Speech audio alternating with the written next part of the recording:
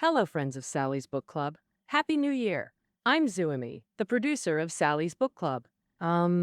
Here I'd like to wish you all the best and happiness for your family. For today's episode, we've invited Joe Tiantian from Himalaya's operations team to co-host with me. Why don't you say hello to everyone first? Okay, Happy New Year to Sally's Book Club listeners. I'm Joe Tiantian. It's truly an honor to participate in Sally's Book Club recording. Actually, Zuimi, when you reached out to me, I already guessed what we'd be discussing today. Because this year, both Zuimi and I accomplished a major life event.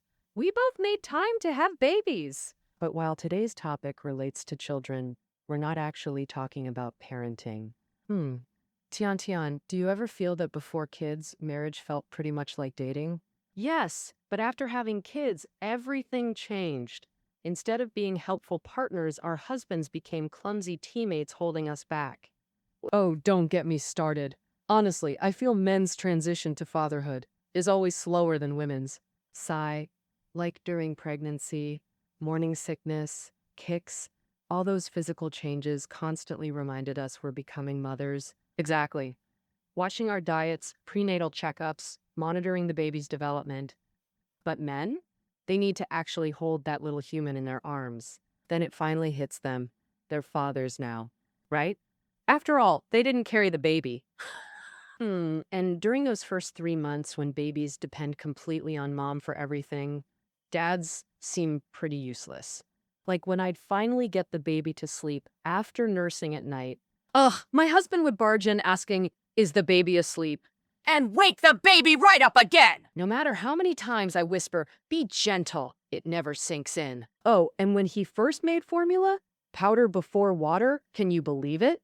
Sigh? Seriously, Tiantian? And haven't you noticed how much longer husbands spend in the bathroom after kids? Oh, same era, same husband problems. Oh, Zuomi, Sally's book club has already produced over 1,000 books, right? Yeah. Oh, isn't there even one book teaching husbands how to take care of babies? There really aren't any on parenting knowledge. Actually, parenting shouldn't differentiate between moms and dads. And I've noticed my husband isn't incapable of learning childcare. He just doesn't know how sometimes, or has this dependency mindset, thinking since mom's doing well, he doesn't need to do anything. Right. So we need to convince Sally's book club. They've done books on communication like How to Speak Well, First Step, Just Listen, The Communication Bible, High EQ Conversation Skills, and Marriage Challenges, etc. Today, let's try finding communication tips from these books to get husbands willingly involved in parenting. That'd be great. Seriously, if husbands actively help with childcare, us moms can relax more and not be on duty 24/7. Right. Many books mention that marital problems often stem from poor communication. When couples face issues, they either complain or pressure each other, I've found. In daily life, if my husband doesn't do as I ask, I complain or nag. But reality is, the more I nag, the less he does. I don't nag. Both my husband and I are strong-willed, so I feel a competitive dynamic causing conflicts where we must win or prove superiority. But complaining or competing aren't effective communication methods. So, what good advice do the books offer? Psychologists and communication experts emphasize that learning to listen is step one to effective communication. Tell me about learning to listen. I wanted to persuade my husband to help with the baby, but before speaking, I must learn to listen first? Exactly, because listening is the only way to make someone willingly open up. Your willingness to listen conveys goodwill, creating opportunity to persuade. For example, after complaining or demanding, "Have you listened to his thoughts?" That actually seems pretty rare. But one time when chatting with my husband, I asked why he'd put the baby aside when supposed to watch them. What did your husband say? He said, he actually tried interacting and playing with the baby at first. It was okay initially, but then the baby lost interest in his methods. He couldn't think of other ways, so it became him on his phone while the baby played alone. Sigh, exactly. Often setting aside prejudice and listening makes husbands feel understood, making communication smoother.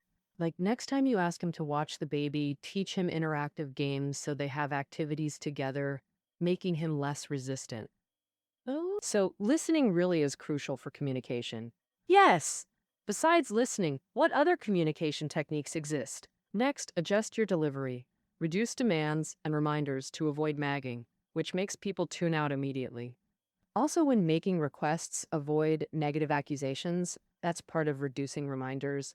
That makes sense. But what's this avoid negative accusations mean? Like when my husband holds the baby less than 30 minutes, then hides claiming he's busy. When I call him out, he always says, just a minute. My husband does that too. I'd say, can't you stop being lazy with the baby? That's classic negative accusation. Moms know dads often are lazy, but what if occasionally he actually is working or handling something important? Then what should I do? Just directly ask, what are you doing right now? If he's not working, make specific requests so he knows exactly what to do. Oh, I see. How about this? Honey, the baby wants to play with you. If nothing urgent, could you play now? You can gain after they sleep. Oh, Tian Tian, impressive. You've really put what we learned into practice.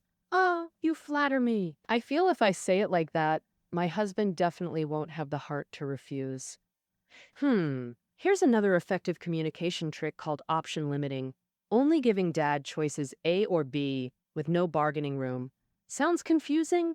What does it mean? For example, you're about to feed the baby when you realize the diapers are out, so you want your husband to buy some, but he's in the middle of gaming and hard to interrupt. What should you do then? Oh, I get it. Force him to pick one option, like a pseudo choice where he must choose A or B. Exactly. So I tell my husband, two things baby needs feeding in 30 minutes, and we're out of diapers.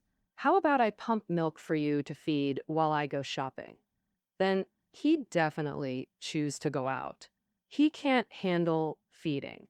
Tian Tian, you've nailed the essence again. But if it were me, I'd add before he leaves.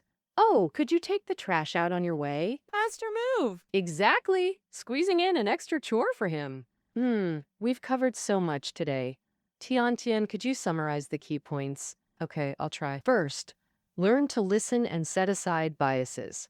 Try seeing things from dad's perspective. That's step one for smooth communication. Second, adjust how you express yourself. Avoid excessive blaming or complaining. Also, phrase requests positively and be specific. Finally, give lazy dads a or B choices with no bargaining room. Yes, Tiantian, you've truly grasped the essence. Lastly, a tip for new moms. Stay calm during communication. Keeping level-headed is crucial. All right, thanks for tuning in to this episode. We hope you'll keep journeying with Himalaya as we explore more books together. Goodbye for now.